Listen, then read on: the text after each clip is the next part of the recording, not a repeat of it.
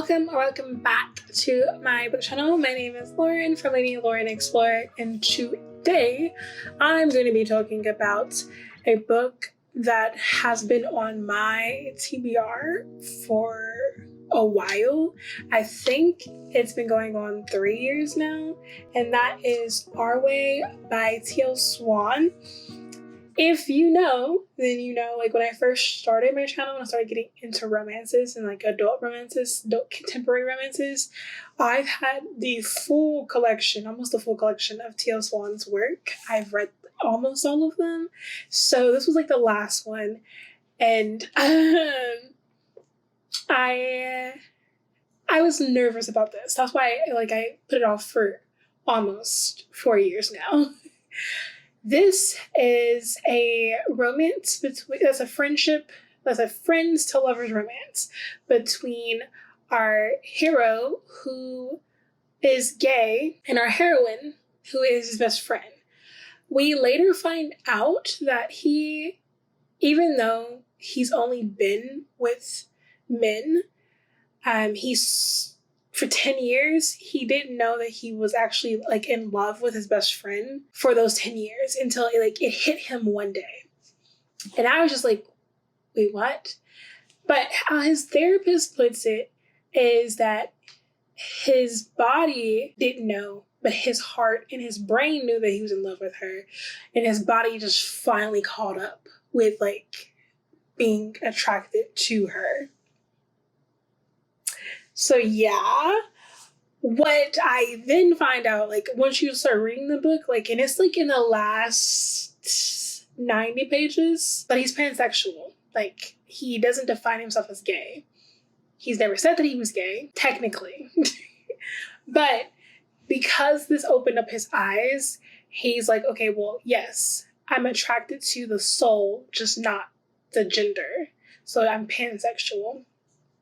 Which I wish we would talk about that before, because I was with their friends. Their friends, well, her girlfriends were like, "Are you sure? He's gay? You sure that he's just curious? Y'all are best friends. You've known him for 10 years and he's never said this to you. He's never acted this way towards you. Are you sure this is okay?" One friend was like, "You can't do that." But I was just like, what are you talking about? You can't. Yes, you can. But it's whatever. I think this is a little bit controversial because there's some hypocrisy going on in this book. A lot of hypocrisy. And a lot of confusion. I think that in real life, this is what a real life situation would happen. Technically. The emotions, the confusion, the uncertainty, the insecureness of you being with your best friend who you've known to only have done or have been in a relationship with the same gender, to them saying, "Hey, I'm in love with you," and you're not sure, especially when it comes to them telling you that the biggest regret is losing their first love, or is the biggest disappointment because of how the situation turned out, not the person. So, oh gosh, I know I'm all over the place. This was, very confusing to me. I also thought that, the major conflicts that they were having together that made them break up for over 6 months, almost a year, was just communication. If she communicated her feelings about certain situations and didn't just talk to or rant to some of her girlfriends, and if he opened up more and didn't close himself off from confronting the situation when he feels a certain distance and letting her just go throughout the thing, he'll ask her, "Hey, are you okay?" And she's like, "I'm fine." And he's like, "But no, I can tell you that you're not okay." And she's like, "I'm fine." And he'll let it go. And I'm just like, "But you can tell she's not okay, so why don't you just talk about it?" Or just have a, like, say, like, hey, like, you're not okay right now, but can we talk about it later? And they do that sometimes, but, like, not all the time. And I'm just, like, not understanding, like, all these conflicts wouldn't have never happened if you just had open communication and was, like, willing to listen to the other's issues. And then instead of, like, going half-cock and being very impulsive, which I know is, like, a human emotion, but, like, if you're doing this, no wonder why, like, you wonder why, like, people are just, like, questioning your motives. But this was, like, a very heavy on the miscommunication point, or just not talking at all about the feelings, their insecurities together, separate, a lot.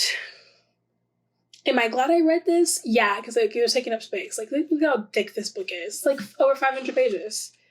Yeah, it's, like, literally almost 600. So I'm super happy that I can get it off my shelves. Would I reread it? No. There is some angst in here because of, this is another thing about communication. He tells her that he's in love with her and that he needs some time because he's in love with her. So she gives him space. Then he's like, hey, I need to figure out if I'm just attracted to her or I'm attracted to other women as well. So then he does a sexual act with another woman and realizes that yes, he can do the act with another woman, but all he thinks about is her. So he does the act, it's not anything penetrative. Then he goes back to her and tells her that he's in love with her. And she finds out that he did this act, his first sexual act with a female. And she's like, why would you do that? Like, that was supposed to be mine. If you love me, why would you tell me you love me and then go to another woman to figure out if you really are in love with me? Does that make sense? No. And he didn't get that. Like, he was just like, I didn't want to hurt our friendship and all that kind of stuff, but, like, you hurt our friendship by doing this. Like, you gave a piece of yourself to a woman when it was supposed to be mine. And that gets brought up a lot. A lot. Also, there's other man drama, other woman drama, mainly other men drama on both sides of them. And yes, angsty. But it was okay. I gave it a 3 though. Even though it was over 500 pages long, still a 3. That is it for moi. I hope you all enjoyed this quick and easy review. I post a video Monday, Wednesday, Friday, and sometimes Sunday, so please be subscribed so you can get notified when I've uploaded, and I hope to see you all in my next video. Have a great day, evening, night, wherever you are in the world, and I will see you in my next video. Bye!